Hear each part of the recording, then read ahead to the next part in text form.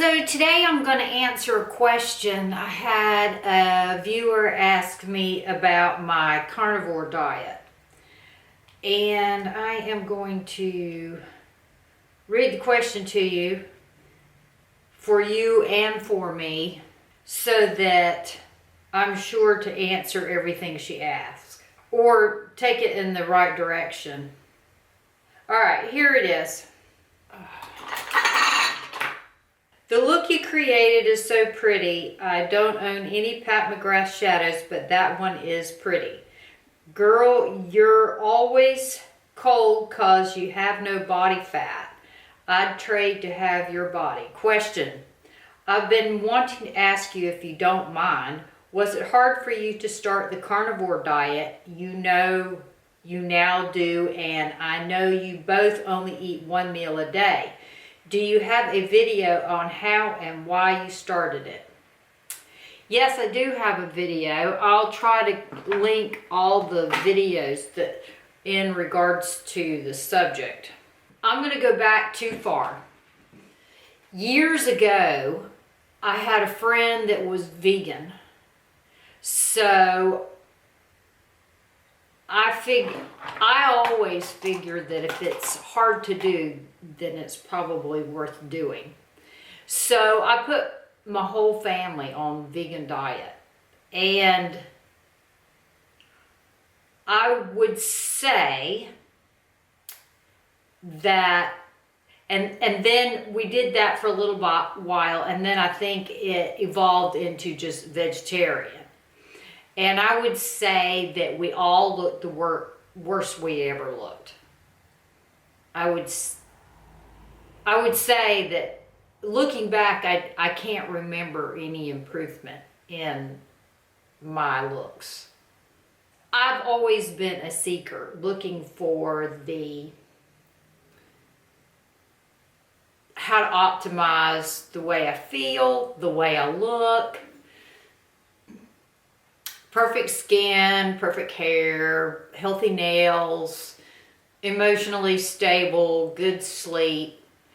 So I've tried a lot of things. Pat and I started hearing about grains are bad. You need to cut grains out. So, especially wheat. Like there was maybe the book Wheat Belly. It's an espresso. Just black. So we started cutting wheat out of our diet or limiting it, and we were still eating corn. So we figured, well, we're doing good. But our bodies weren't getting any better. I wasn't feeling like Wonder Woman or looking like Wonder Woman. So we started cutting things out. Wheat, corn, we were eating, sprouted bread like Ezekiel, like that was supposed to be the bee's knees. We went paleo, and I've tried eating right, eating for your blood type, just all kinds of stuff. Then I guess I came across Dr. Berg and started doing the keto diet, and I still wasn't, I was looking better. I was leaning out some, but then I hit a plateau. And I was not happy with the way I looked. I wasn't happy with the way my legs looked. I was still fat. My stomach wasn't flat. I just wasn't happy with the way I looked. And I knew that I was going to have to, if there was something that was going to work, it was going to be, and I knew aerobics didn't work because I worked out all the time. If exercise was the key to how you look, then I should have been Giselle. I should have been Rosie Huntington Whiteley. exercise is not the answer. So not last August, but so we did keto, and we did keto for about 18 months. I cut, let's see, I was drinking, you know, keto is low carb, so I was drinking Mick Ultras, and I would max myself 2 a day. Then, not last August, but the August before, we were on vacation, and I went outside what I normally do, and I had a craft beer, and then for like midday snack. We were on vacation. 1 craft beer. Then for dinner I had maybe another craft beer. I don't know. The next day I had hangover from hell. And of course I had I was doing OMAD. I was doing the keto, we were doing the keto diet and eating 1 meal a day. And the second beer was with my 1 meal, my keto meal, which was probably steak and spinach. So the next day I had the hangover from hell. So I thought, that's it. I'm not drinking anymore. I do not want any more hangovers. I am so sick and tired of being sick and tired. There's no way that I can be competitive in my field if I don't feel good. So I quit drinking, and that was at the beginning of August, and at the end of August I said, let's experiment doing nothing but meat for a month and see how it goes. And we experimented. So I had to charge the camera battery, and I went and listened to a Michaela Peterson podcast. Where it was that Pat and I did the carnivore diet for a month for an experiment. And I thought that it was an awesome challenge. And after a month, we found that we did not die. We did not seem to be lacking any nutrients. And with that said, I want to go back to the keto diet. You may have heard before the keto flu and the keto rash. I had the keto flu on and off a lot when I did keto. And I think it was because 2 things. I think it was because at first when we started keto, I danced around it and pushed the envelope as to what the definition of keto was. So I kept having to transition. I guess I kept messing it up, maybe with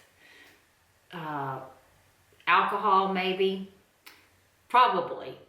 And then also I didn't realize you urinate a lot when you do the keto diet. And I had also been told, we've been preached, drink your water, drink your water, drink your water. So I thought the more water I drank and the more I urinated, that I was flushing out fat. Well, I was also flushing out important minerals that kept me feeling good. So upping your salt is very important in keto, ketovore, or carnivore, because you're not consuming as many carbs, which the glucose holds water. So you're not consuming, you don't have as much glucose, so you're not holding your water. I kept feeling crappy. And it was because I was pounding the water and I was not eating enough salt. And then the evolution of salt. Don't eat. I learned, and it's our opinion in our house, we do not do like Morton salt, table salt. We graduated from that to Himalayan salt, the pink salt, and then once in a while we did the Celtic salt, which is a gray salt and has lots of minerals in it. It literally looks like you're eating dirty salt. Since then, probably if you watch any of the Keto, Ketovore, Carnivore videos, you've heard of the brand Redmond salt, which is mined in Utah and has all these minerals in it. So we use a lot of salt. Pat drinks salt, sips on salt water during the day. I cannot do that. I think it's nasty. If I need to get my salt in, I'll just pour it in my hand and lick it and drink water behind it. I can't drink salt water. I think that's nasty. And yes, if you overdo it, you will give yourself diarrhea. But the importance of salt, I cannot stress that. You will not feel good if you don't have. And then you undo it if you start pounding water. You rinse your salt back out. Dr. Berg says he has some videos on over drinking water. And he says to only drink water when you're thirsty. He said, these people carrying around 2 gallons of water, if they feel like a cat on a hot tin roof, it's because or anxious or have anxiety. And I will tell you that with that said, the girls that I have done the makeup for the bikini fitness contest, they're all on anti-anxiety meds. Because they carry around those gallon jugs of water and they're rinsing all those minerals out that keep you emotionally stable. Anyway, that's just my opinion. No dots, my channel, so I guess it's going to be my opinion. Anyway, so we did the carnivore for a month. We were learning, experimenting how to feel good doing it. My weight was dropping and the fat was melting off of me. I was starting to see the problem areas, the things that I really hated that made me miserable and that I was embarrassed of were starting to improve. So we decided, well, let's just keep going. And the more we did it and the more I studied, I do the studying for the diet stuff. Pat I'll say, this is what I learned today, let's try this. And he goes, okay, I'm in your hands. So as the time went by, I studied and learned how important having enough fat when you're doing the carnivore diet is.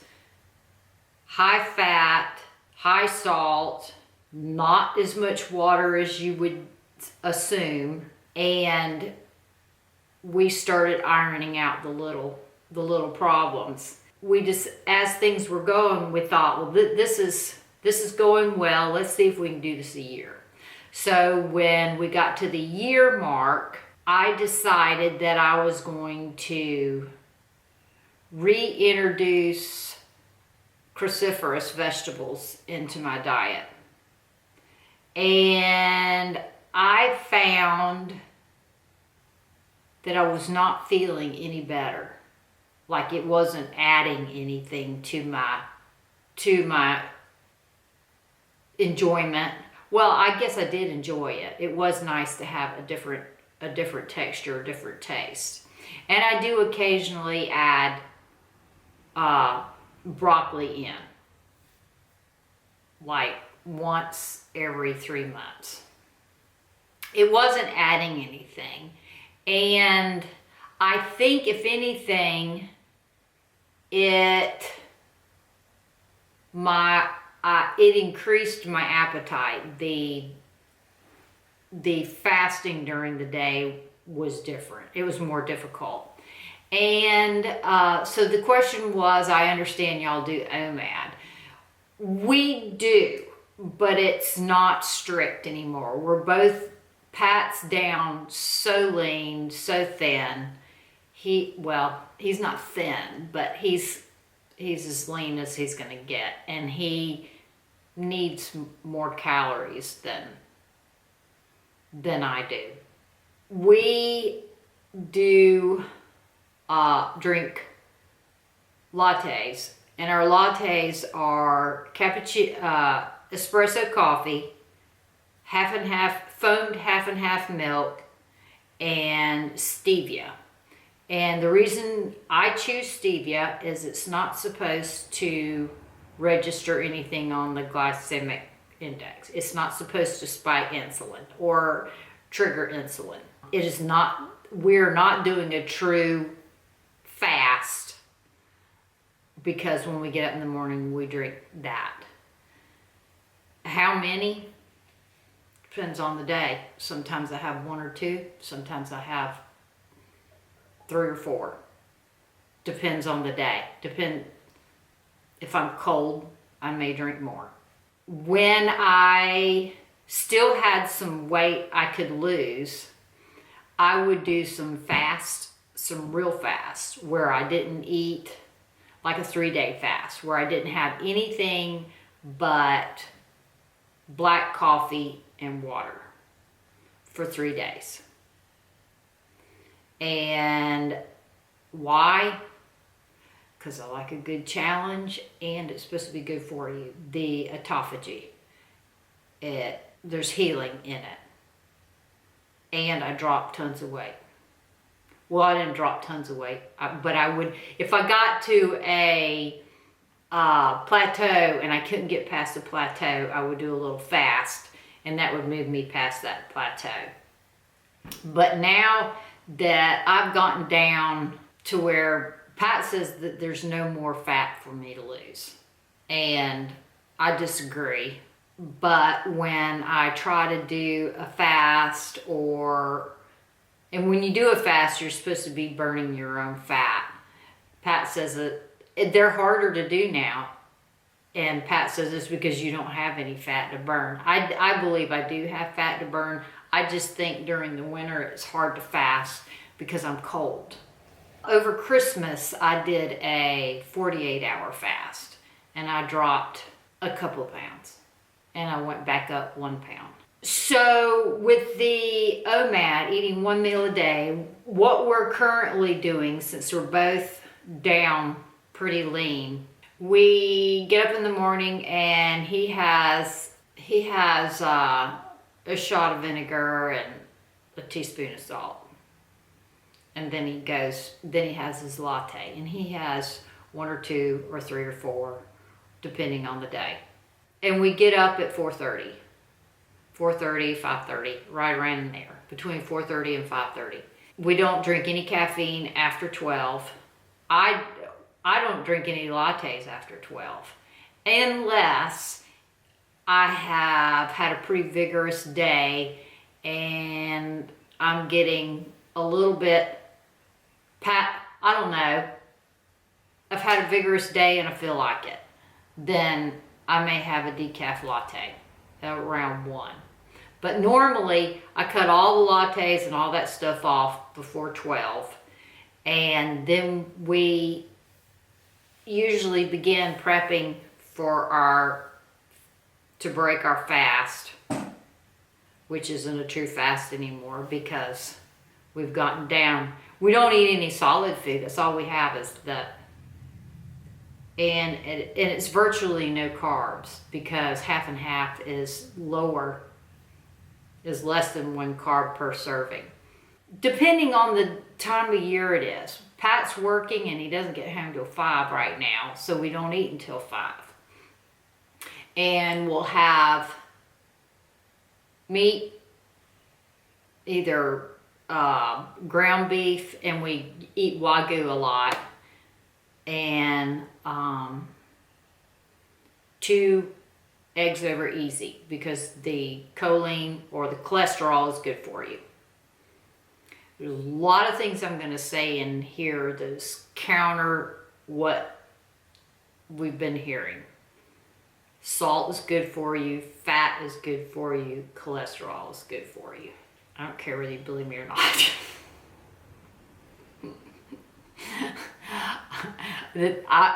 You do you. I just got asked what I do. This is what I do. I don't care what you do. So yeah, I will fix like a dinosaur size steak and cut it in half. And I eat half and he eats half. And then we each have 2 eggs over easy. And I have, right now I'm drinking Perrier waters, mineral water. Most of the time I drink bubbly, is the name of the water I drink.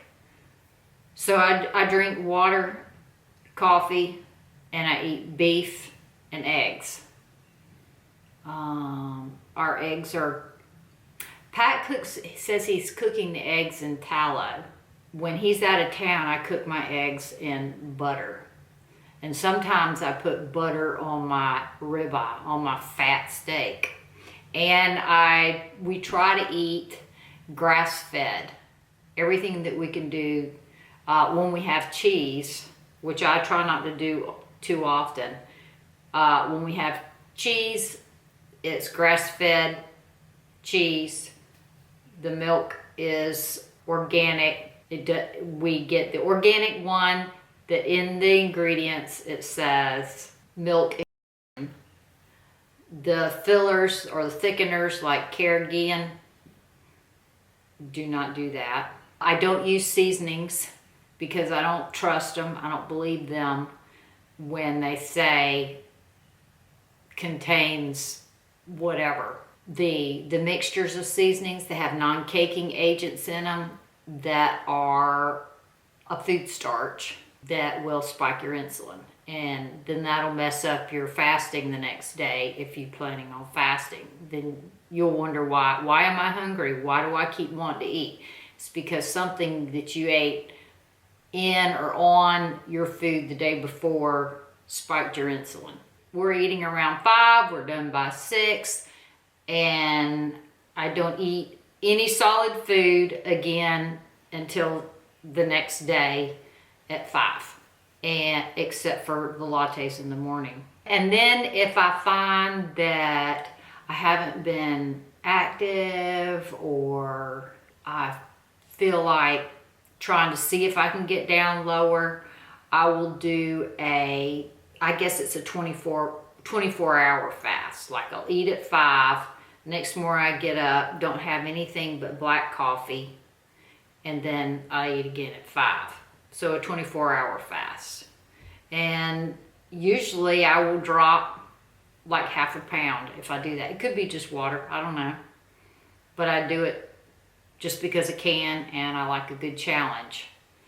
And it makes me feel good. It makes me feel thinner. So why did we do this? Did we do this for our health? My main decision in diet is always for how I look. There are health benefits to eating the way we do. My skin stays clear. I believe that our mind is sharper. I have never had brain fog.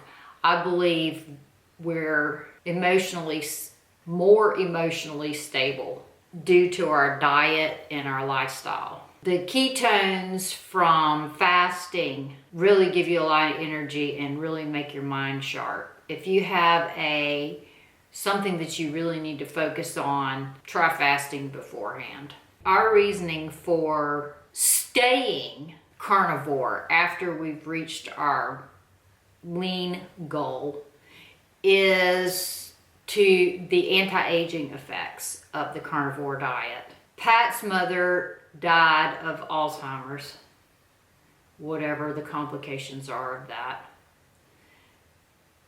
which is a result of insulin resistance. They ate packaged food all the time. Neither one of us want to be a burden on the other one as we age. We want to stay independent and be able to work until the day we keel over.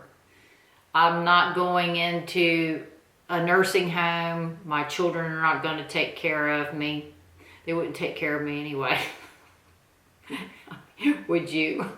There's no one to take care of us except for me take care of Pat and Pat take care of me, and neither one of us would want to be that burden on the other one. Neither one of us are on any medication at all. None.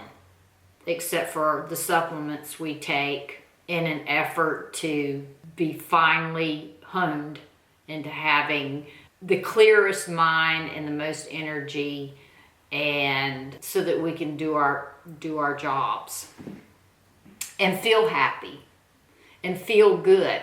That is the biggest, most important thing, is to wake up in the morning and feel good and feel like doing what I need to do, not be depressed, not be tired, and not have brain fog. What began as an experiment, hey, I've heard people are doing all meat diet, let's give that a go. Now I do listen to Michaela's podcast, Michaela Peterson, and she started an all meat diet because of an autoimmune disease that was eating her joints, and she had an ankle and a hip replaced by the time she was 17, or at 17, whichever. You can listen to the podcast yourself. Neither Pat nor I had autoimmune diseases, nor diabetes, or anything like that. Pat had observed he thought he was being healthy before we started keto. When we were doing paleo, he was taking an apple and a banana to work and a bottle of water, I think. And he was finding that when he was waiting for an appointment, that he would go to sleep in the car. He would pass out. He would take a nap in the car. So the sugar in those fruits were causing an insulin spike, and then he would bottom out and get sleepy. Well, we don't get sleepy during the day anymore. Matter of fact, at night when it's time to go to bed, I like to cut we watch TV. I don't care about the blue light thing. Of course, it could make a difference in my sleeping if we didn't watch have a big, huge screen in our bedroom and watch that right up until the time we go to sleep. But I cut the lights out so that I can wind down, because I'm wired and jumping up and down, wanting to do laundry and check my computer, see if my video is processed, that sort of thing. It's hard for me to unwind because I am so energetic all day long. So I need to finish up this video because the camera is getting ready to die. But the question I'm sure you want to ask is, how long do you have to do the carnivore diet? Do you have to do it for the rest of your life? I don't have to do anything I don't want to, but I want to. If you do the carnivore diet, get all the little kinks ironed out, and get used to feeling good, you won't ever want to quit. And when I do, I don't know how to say it, break my diet, go off the carnivore diet, just hang loose and YOLO, I usually feel less than optimal for 2 or 3 days.